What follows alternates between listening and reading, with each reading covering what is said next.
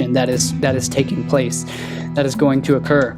As far as the Illuminati are concerned, they are pushing this as hard as they can, relentlessly, non-stop, with their pawns such as Sam Levinson, son of Levi, of the Levite ritual, ancient Hebrew high priesthood, high magi priesthood of the Temple of Solomon, the one who hide behind the veil in the Holy of Holies, who offer the blood ritual sacrifices of the ancient Hebrew ritual sacrificial system. I know this, like, before I learned any of this stuff, like, this would have sounded insane to me. Like, I would have been like, what the hell are you talking about? But this is the hard, mind-blowing truth is that anyone can, I can cite, I cite all of my sources for all of this stuff. You can cite the Talmud, you can cite the Torah, you can cite the actual sources of all of this stuff. It is Judgment Day.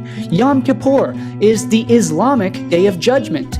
The Hebrew Day of Atonement for your sins, where the high Hebrew Levite priesthood, who would literally, the high Levite priesthood are the ones who used the Aaronic blessing. They attributed the blessing to the animal sacrifice, to the scapegoat, during the scapegoat ritual, and they imbued all of the sins of the nation onto the innocent scapegoat victim, and then they slaughtered it and they sacrificed it and they released it into the wilderness, which was actually, they released it off a cliff. So I'm now going to take this opportunity to decode this, probably the most symbolic and meaningful scene in the entire Avengers saga, I guess you could call it. And the most symbolic scene, the most initiatory scene, is of why we will break down how Thanos, why he must enter in through the cave, the gateway of initiation between the twin pillars of the left and right hemispheres, between the portal between the pillars of Jachin and Boaz, the twin pillars, as we covered early on very briefly, and as we'll cover much more deeply and have in our previous film series in Symbols of Power and in the future film series to come. But so you will know the secrets as to what this all means, why Thanos is guided by the tutelary deity, the tutelary spirit, the guide between the twin pillars as the Red Skull. Guiding others to a treasure I cannot possess. What you seek lies in front of you, as does what you fear. What's this? The price. Saul holds a special place among the Infinity Stones. You might say it has a certain wisdom. The stone demands a sacrifice. Of what? In order to take the stone, you must lose that which you love. A soul for a soul.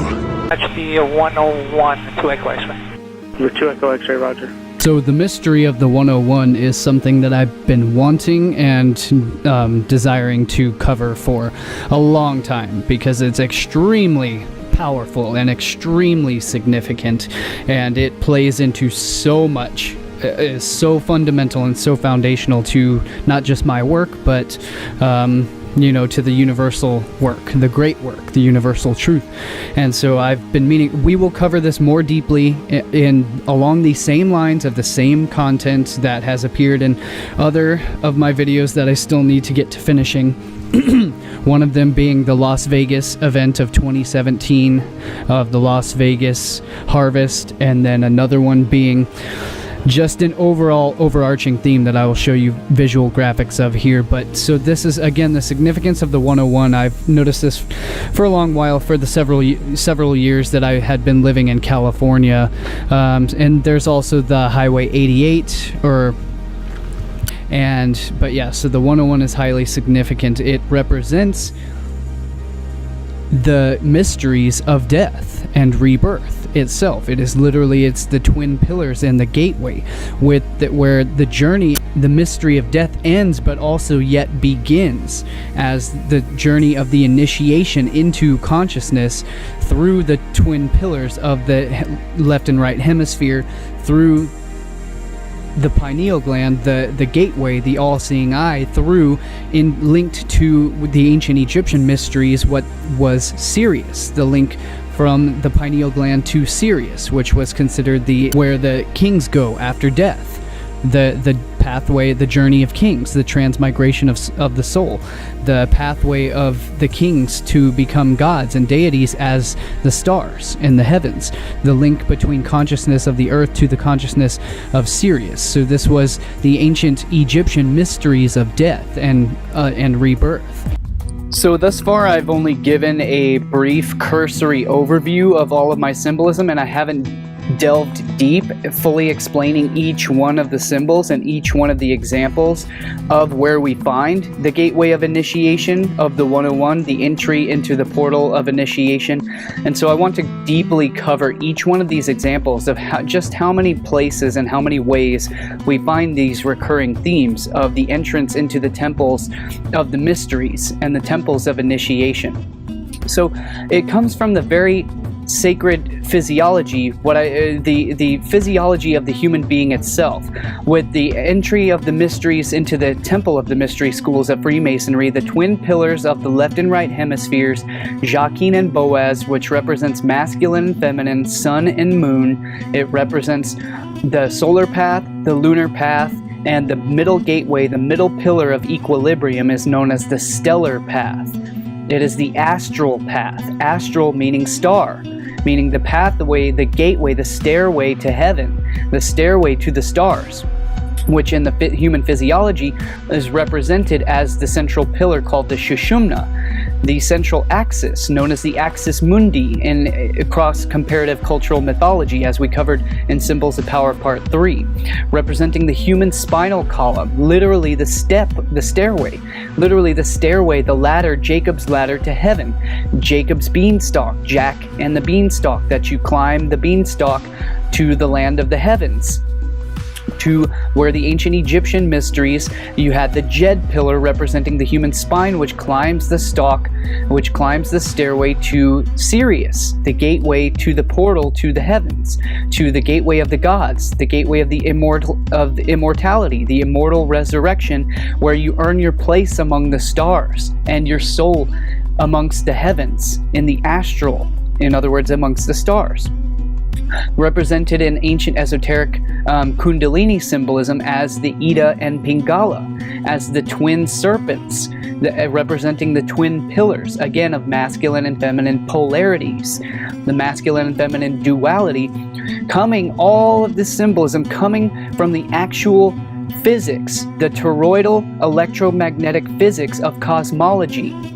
You have the rotating, counter-rotating axes of the twin opposing vortices of the toroidal electromagnetic dynamics of plasma physics, where you have, again, the symbolism of the 1, 0, 1, representing the twin vortices, representing masculine vortices and feminine vortices, the two inverted pyramids that invert with each other and combine into the unification point of the singularity at the 0 point in the center, the unification point between all things.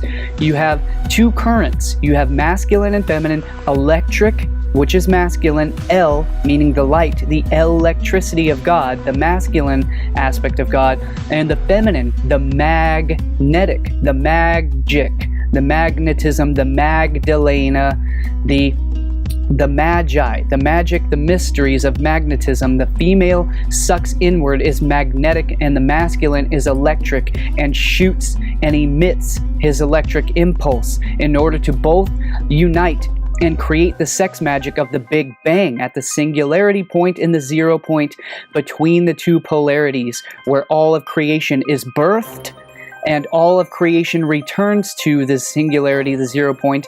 In cosmological physics, they refer to it as a black hole. But of course, there are no black holes. It's actually just all plasmoids.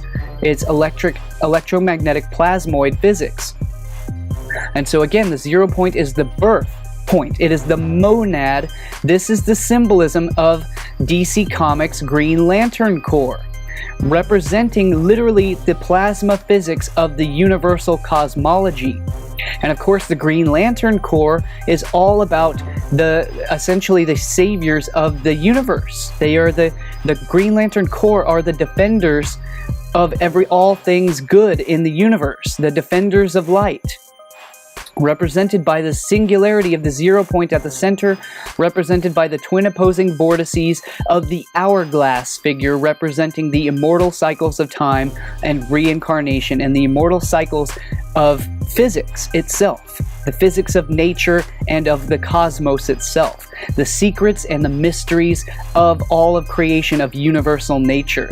The Greek Omega symbol, representing, again, as we covered in Symbols of Power Part 3, the horseshoe symbol, representing the uterus. Literally, the Greek Omega symbol represented the feminine womb. It represented the womb, the egg of creation. The egg, the womb is literally the mammalian form of an egg. Mammals don't lay eggs, but mammals have eggs inside their uterus, and the uterus itself becomes an egg, and it inflates with the child inside it, which is the very symbolism of this Mayan / Hindu symbolism here of the cosmological egg, the cosmic egg, being birthed out of the vaginal gateway, the womb of creation, the twin pillars of the 101 with the portal and the entrance at the center, representing the Kundalini serpents and the thalamus, the 0 point within the center point of the brain, the central point of unification, what we covered in my previous Symbols of Power Part 4 film as the optic chiasm, or as the thalamus. The unification point is literally, a chiasm is literally a crossing point, a crossing over point, represented by the twin pillars of Freemasonry with the square and compass at the center, which again, I've made the first original discovery of presenting the square and the compass, the true origins, representing the female urogenital triangle, which is literally the vaginal gateway. The G spot, literally the gateway of entrance of creation itself. Not just geometry, not just God, but most importantly, the gateway of creation, the vaginal gateway, represented by the twin pillars representing the legs, the two legs of the goddess with her gateway, her vortex, located at the very center between the twin pillars, where not only do you enter inside of her portal in order to impregnate her and ignite your spark inside her dark cosmic void, in order to give her a big bang, and you impregnate her and she gets pregnant with the sacred egg of cosmology and gives birth to life, but it's the exit point into this reality. The vaginal gateway is the opening and the entrance and the exit of all of life, which is again why we covered in Symbols of Power Part 3, why you bury your dead inside a burial mound. The ancient burial mounds represented the feminine womb, and nobody else has ever discovered that. It's something that I somehow am the first person to ever discover. That is, nobody else has ever realized that it's actually literally the exact symbolism of a womb and a vagina. And so that's something that I take a lot of pride in. But I'm so blown away that I can't believe nobody else has ever written about or discovered that. And yet this is one of the gifts, is that, you know, the sexual representations of nature just they illuminate themselves in all of my work, and represented by the Freemasonic construction of the Twin Towers of the World Trade Center, representing the sacred 101, the gateway of initiation of the World Trade Center, the Masonic pillars and the gateway portal of initiation of the 101, represented in the same symbolism of this corporate logo here of this company called Horizons. The horizon, literally, do you notice? Is this just coincidence that they signified the 101 inside the very corporate logo of their symbol, Horizons? They literally eluded the very symbol of the 101 in that logo, and their symbol represents the twin pillars, with the horizon beyond the twin pillars is the very origins coming from ancient Greek pillars of Hercules. The mythology of the pillars of Hercules represented the mysteries of Atlantis. What the land of Atlantis was said to have lied beyond the pillars of Hercules in Plato's accounts of the land of Atlantis. It lies beyond the twin pillars of Hercules, which was represented as the Straits of Gibraltar in the Mediterranean Sea. which used to be signified by what was known as the Colossus of Rhodes. And the Colossus of Rhodes was literally the first representation, which then became our later modern Statue of Liberty in New York.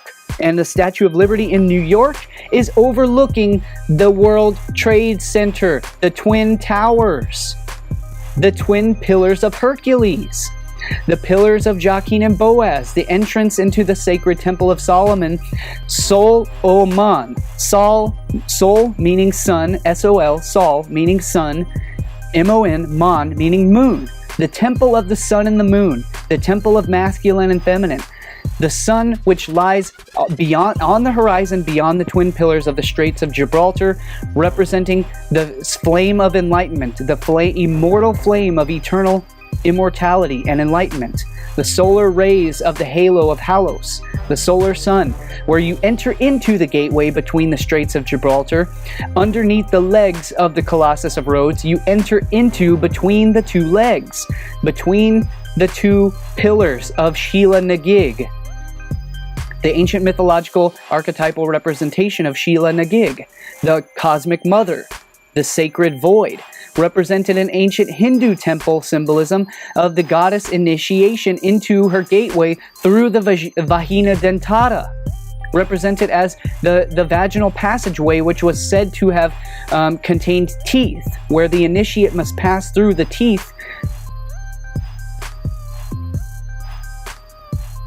represented with the serpent, the cosmic serpent entering into the gateway, the masculine serpent, the masculine Johnson entering through the portal, through the passageway of initiation, the twin pillars of the goddess. We found this very same symbolism in Lord of the Rings. In Master Professor Tolkien was a master and understood the mysteries of Freemasonry and encoded it deeply into his works of Middle-earth, where our heroes, the Council of 12, the Fellowship of the Ring, they pass through down the river, down the goddess waters, the goddess channel of her Chanel, of her waters of passage. The seamen enter in through the passage, through the twin pillars, the gateway of Gondor, into the land beyond. So it represents the initiatory journey. They are embarking upon their journey at the very beginning of their quest, beyond the twin pillars, initiating into the sacred mysteries and the hero's journey, represented in Theosophist story of Never-Ending Story.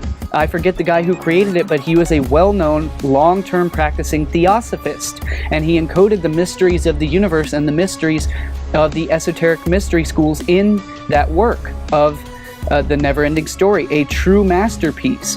The whole theme was Atreyu had to gain his confidence. He had to know thyself.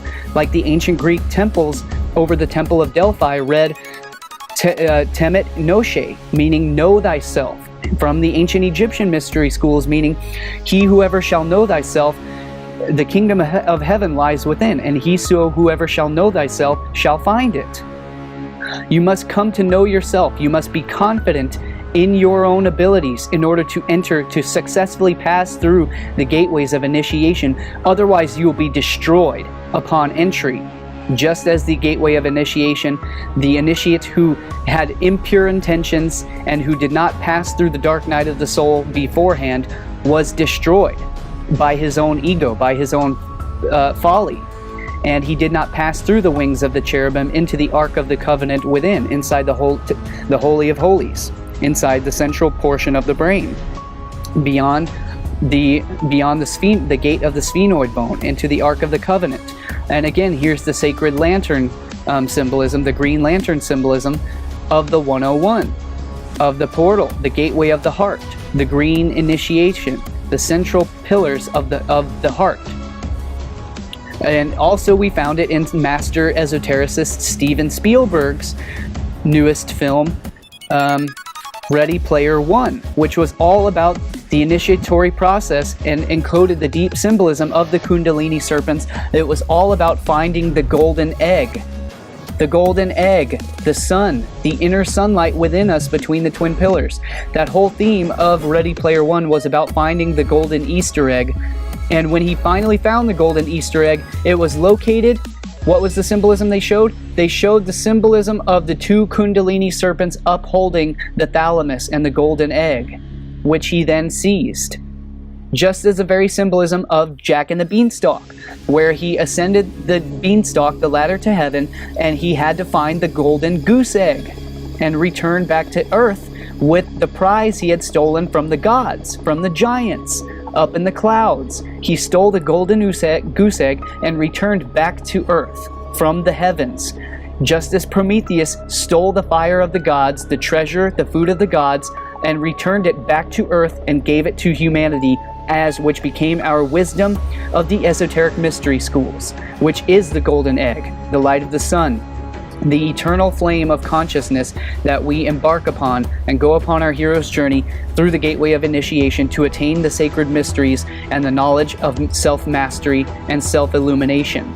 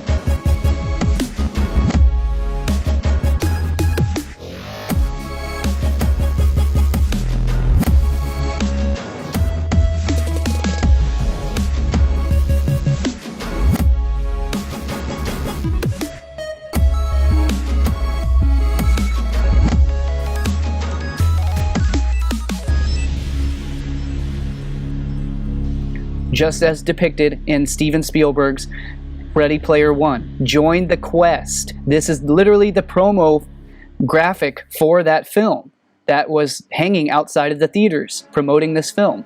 Join the quest. Entering into the initiatory gateway, joining the quest. Just as Lord of the Rings. Just as we found in Neverending Story. Join the quest.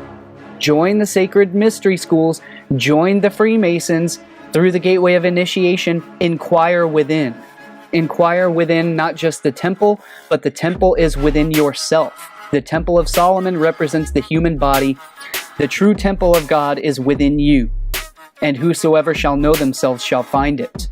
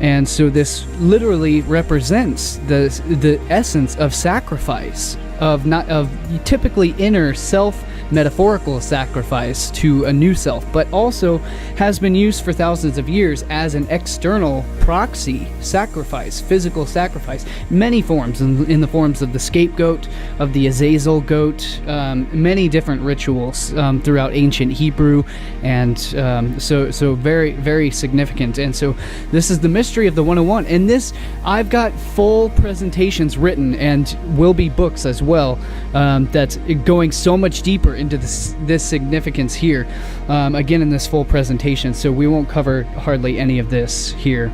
But so again, this is why the initiation represents the 101. It's the beginning of the journey. This is why you take an initiatory course, is the 101 course. It's the beginner's course. You are the neophyte entering into the temple, into the Masonic temple, through the twin pillars and through the left and right hemispheres, anatomically and spiritually, into the stars, astrotheologically, speaking from a sense of consciousness. And so this is literally the symbolic meaning, the symbolic synchromistic significance of Kobe, essentially wearing the royal Tyrian purple and gold of the purple royal kings, being ascended and sacrificing, self-sacrifice, and the mysteries of death and initiation into the afterlife. And as always, I had written about this years ago, fully explaining all of this in my full presentation, Phoenix Consciousness Rising from the Esoteric Ashes of Pyrification. Pyrification, a play on words of purification, because pure is, they're literally the same etymological word. They're the same meaning, the same etymological essence.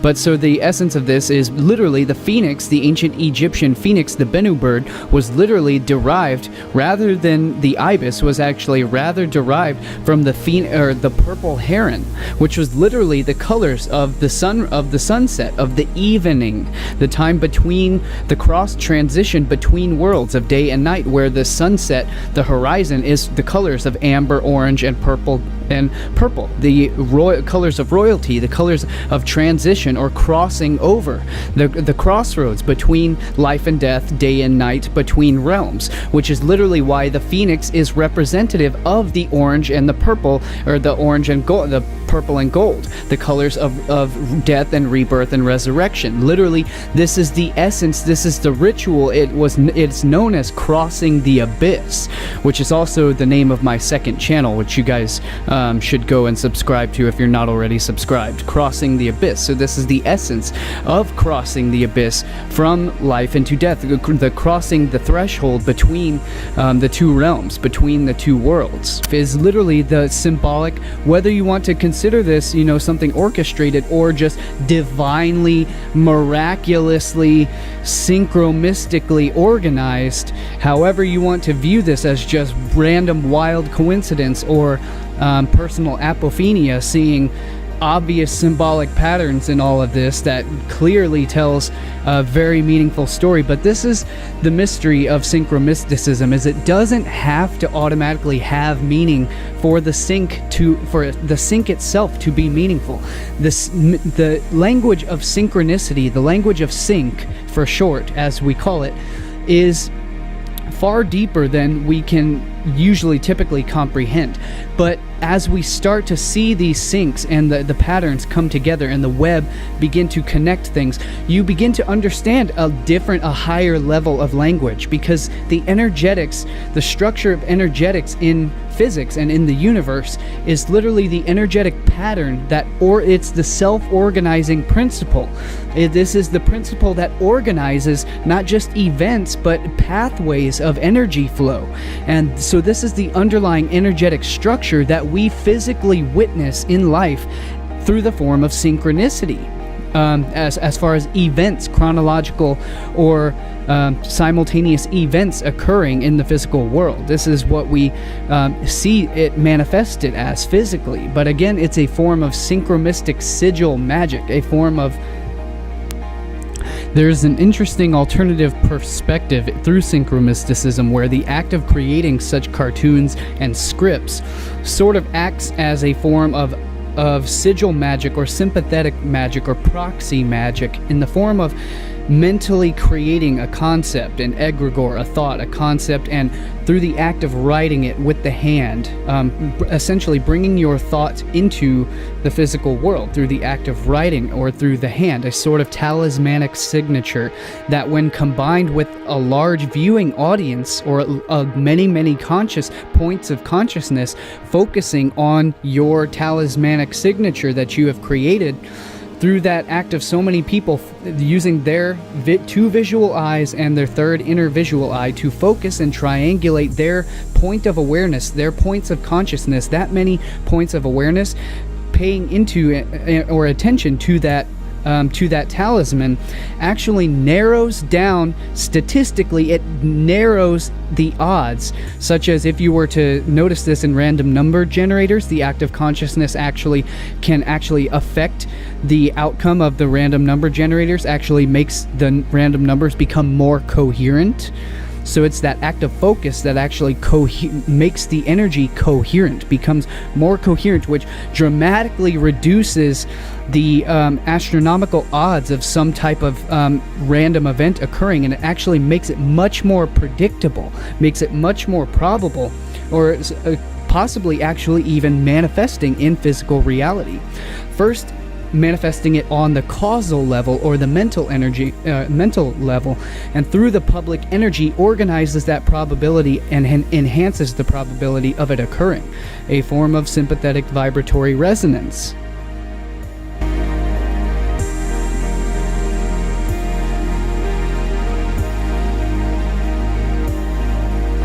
This is an interesting connection, though, obviously with the Orange County, and Orange County has deep esoteric symbolism involved in shootings and massacres and mysterious deaths of people because of my entire based on Christopher Lord's work about the entire essence of the Orange Warning and the Orange House of Death, the Orange Warning, the Orange foreshadowing of death. And I've got vast works documenting countless ways that this takes into account here, which is the same essence, which is very interesting and very intriguing, the connection between the LA Lakers, which don the colors of the royal Tyrian purple and gold, which are the colors of royalty, of the ancient Cana Phoenician royalty, as I've documented fully here, which you guys can read fully about in my full ebook presentation. Symbolism will be their downfall and our redemption, as well as its offshoots and corresponding works of Assassination Nation, engineering the Cabal's, decoding the Cabal's engineered civil war, as well as this other work, Assassination Nation. So I've got several works fully outlining and documenting this connection, so it goes far too deep to even begin to explain. And I had a previous video back in 2016 fully documenting this Code Orange Warning, MK Ultra violence symbolism that was used in the Pulse nightclub back in 2016 with the Pulse nightclub events and very strange discrepancies involving all of these by the people who know who document the symbolism, the ancient Cana Phoenician Illuminati Brotherhood. And so of course, the interesting implications of the royalty comes from Kobe was located in Corona del Mar of Los Angeles, as Corona is obviously Latin for, obviously comes from the root of crown, of Latin coronation, corona, the royalty, the king, the royal purple and Tyrian gold, the Tyrian royal purple orange and purple house of royalty, the houses of orange and the houses of purple, the MK Ultra violence, and there is so much esoteric symbolism to all of this. I'm not planning on getting into that in this video. I'm just documenting these connections. And so again, Corona del Mar, whereas Kobe Bryant was essentially, he held the all-time scoring record, which has just been surpassed by King James, literally the day before his death. So King James essentially takes the crown. And then the next day, Kobe dies in a shocking, mysterious helicopter explosion.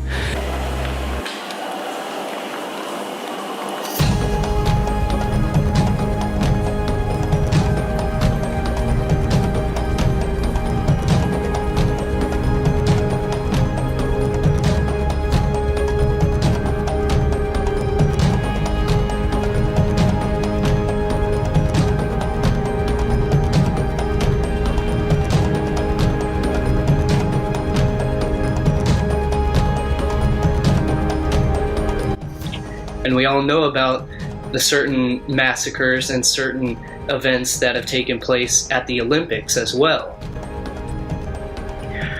The purple above the head, the crown. We have the which is why purple is a royal color. The Tyrian purple, the royal color of Phoenicia. Right, the green is in the heart, and the yellow is in the belly. So that shows right there the spirit going into, through the heart into the belly. Spirit into matter. But yeah, that color of purple, we were talking about that the other day. There was something else. They made that from some sort of rare animal that is only there, right? Yeah, it's a mollusk, a type of snail. A type of snail. And it produces this purple dye it's only found in that area, and it's really hard. It's a really rare commodity to come by, so that's why it's a royal color, because only the royal elites could afford, to get this, could acquire this dye. And again, that goes back to the royal color. Obviously, it relates to the crown chakra, because that's why it's the royal color of ancient Phoenicia. Right, and Roy is the king. Yeah, Roy El, which El was the god of Phoenicia, the god king, the Roy El. But yeah, that goes back to the Phoenicians were the purple people. But yeah, so the purple is the combination of red and blue, the red and the blue pill taken together to get the purple, or the two halves of the season, which in between the red and the blue in astrotheology makes the purple. That line in between is the mixing. It's the purple. It's that unified balance between the two. Nice. That purple, because it was so rare, couldn't make it everywhere where there were kings. So then the kings, especially of Europe, we know those red capes that the kings then had. They went to red as the royal color. And if you look now, yes, and the fairies had the color of blue. So the female color was actually blue, and the male color was red. And they turned it around on us. We dress the boys in blue, and the girls in red and pink. They combine, and at that middle point there is the purple. That is what many ancient royal bloodlines, as well as ancient royal cults, will always wear the crimson and the purple. The crimson purple, Tyrian purple. Yeah, you see it in old churches on stained glass windows are all purple and gold. That's interesting. Purple and gold, which is very... Well, essentially, those are the two colors of mind control symbolism. Oh.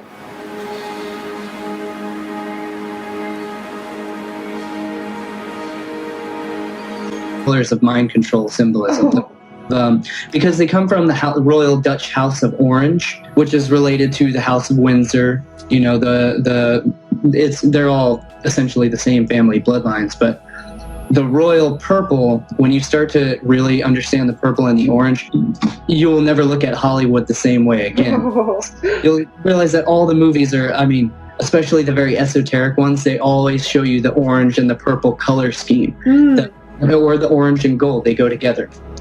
But those essentially, they come from, orange and purple are the colors of Cana Phoenicia, the colors of Saturn L. Yeah. Oh, purple, yeah, purple, I remember now.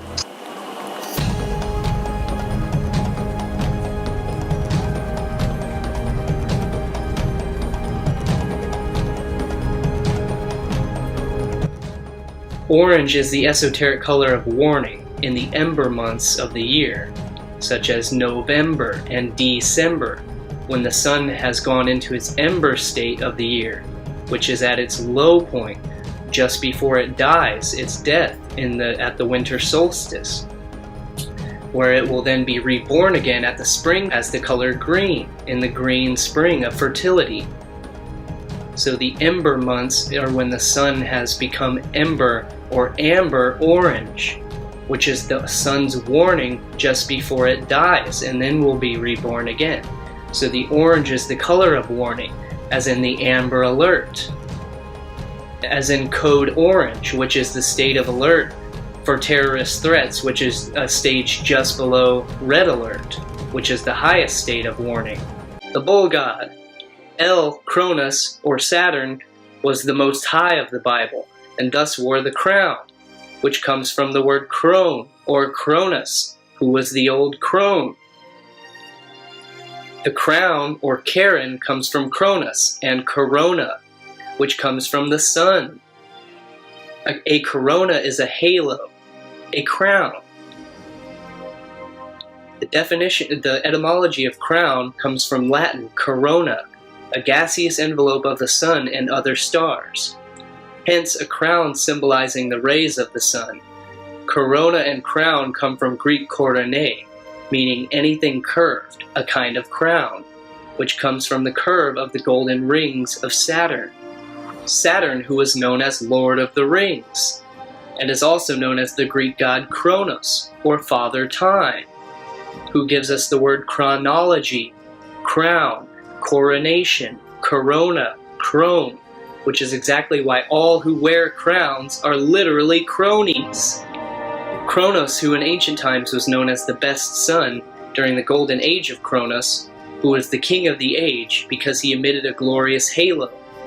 Halo comes from Greek halos, meaning disk of the sun or moon, ring of light around the sun or moon, or in other words, the golden rings, which rivaled or tempted our modern sun, today known as our Son of God, the temptation of Jesus, the Son of God.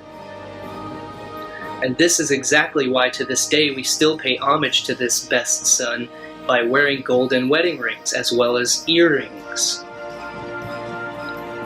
In the ancient Canaan Phoenician city of Byblos, also known as El Jabal, Saturn or Kronos was the king of Byblos, or the founder of Byblos.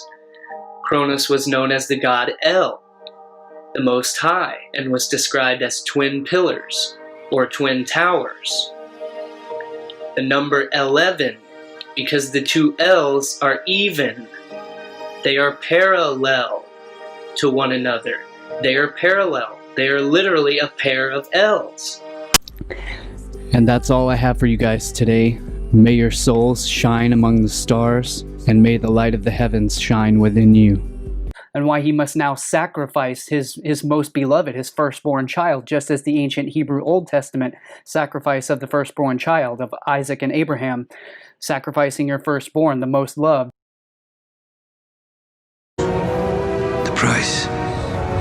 Saul holds a special place among the Infinity Stones. You might say it has a certain wisdom.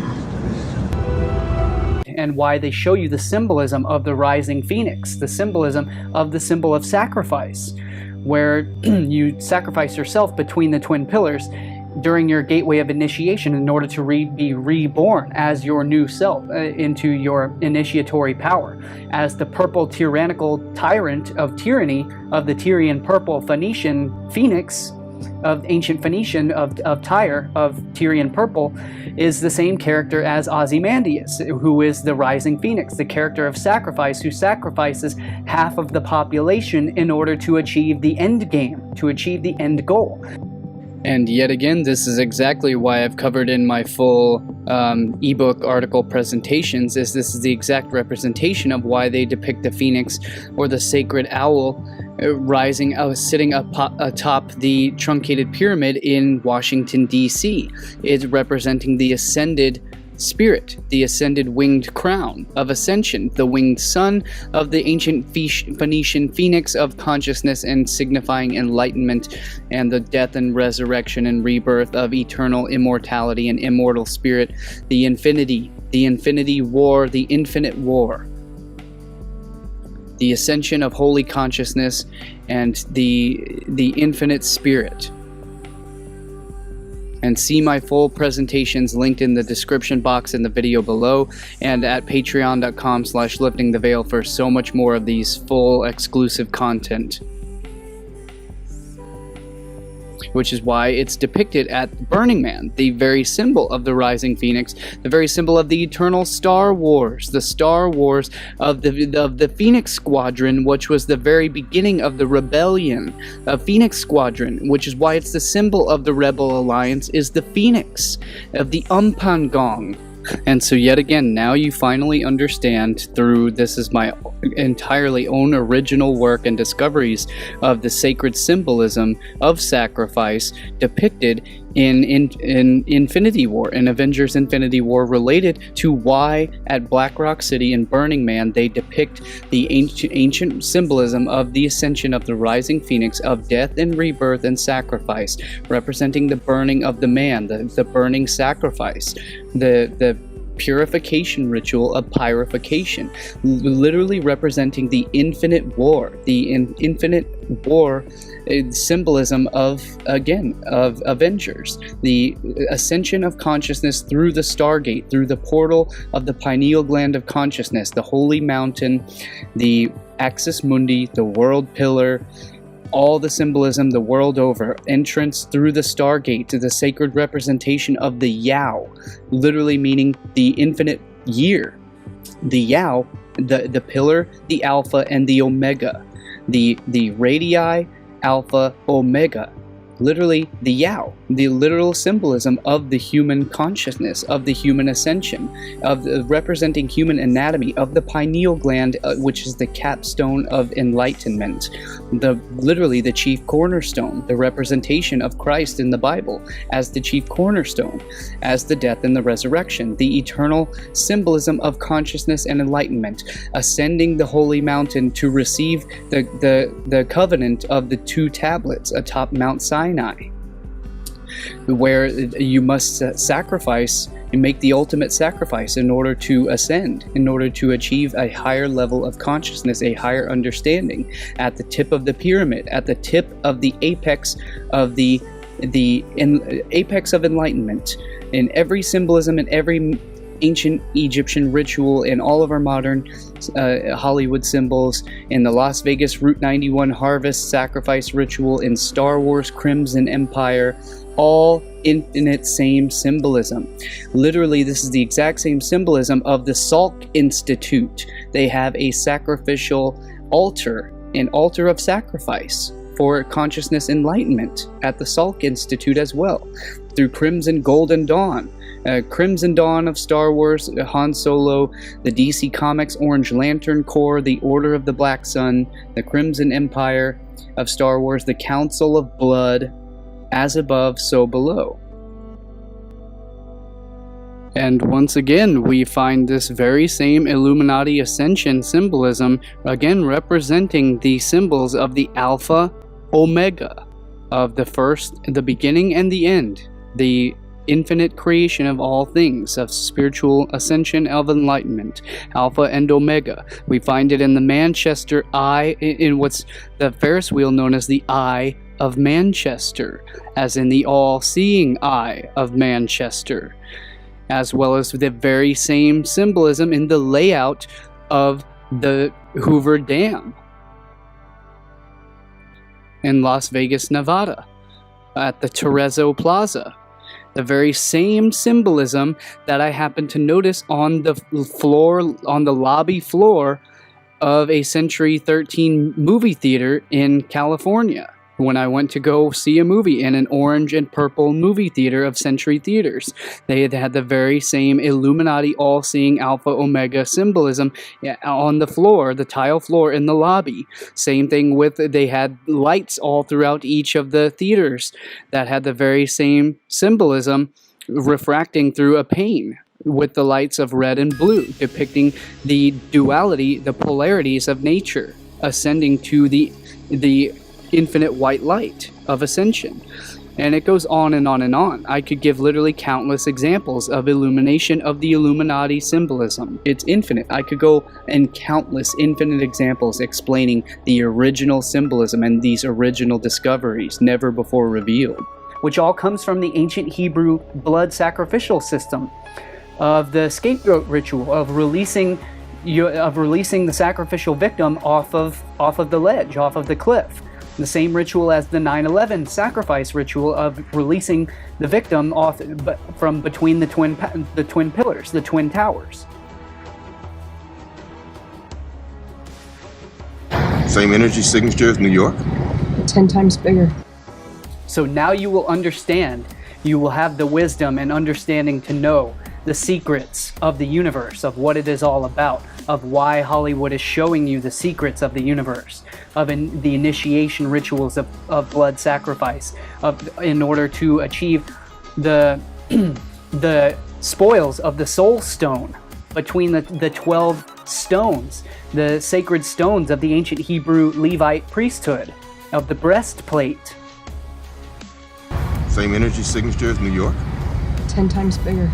And if it did not die, that was a bad omen for the nation, for the future of the tribe, and they were cursed with the bad omen for the next harvest of the next season, of the next high holy day season of the days of awe, the Rosh Hashanah Yom Kippur harvest season during the 10th of Tishri, which last year of 2018, I can't believe 2018 is already gone now, what literally occurred. Yom Kippur was literally on September 11th.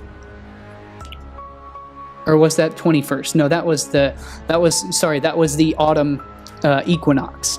But which one of these high holidays occurred on September 11th? That's what the symbolism of 7/11, September 11th is all about. It's all about the ancient Hebrew high holidays of blood ritual sacrifice to cleanse or purify or purge the nation of the sins of the people. Warning, announcing the commencement of the annual purge.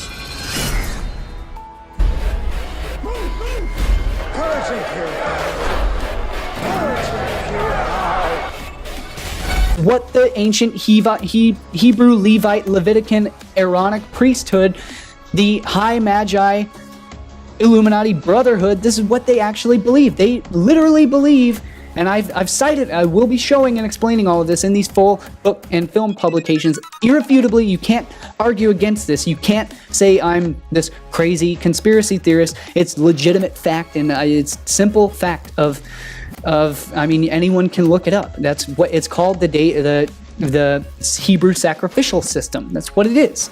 They literally believe that you can be cleansed and purified of your sins, of your crimes against humanity by committing more crimes against humanity. That's what the ancient Hebrew Levitican Aaronic priesthood literally believed. They literally believed that you could cleanse and purify the nation by sacrificing animals, innocent scapegoat animals, and by using their blood and anointing the sacrificial altar with the blood. And this always occurred on significant lunar holidays during the basically what were blood moons, or known as the harvest moon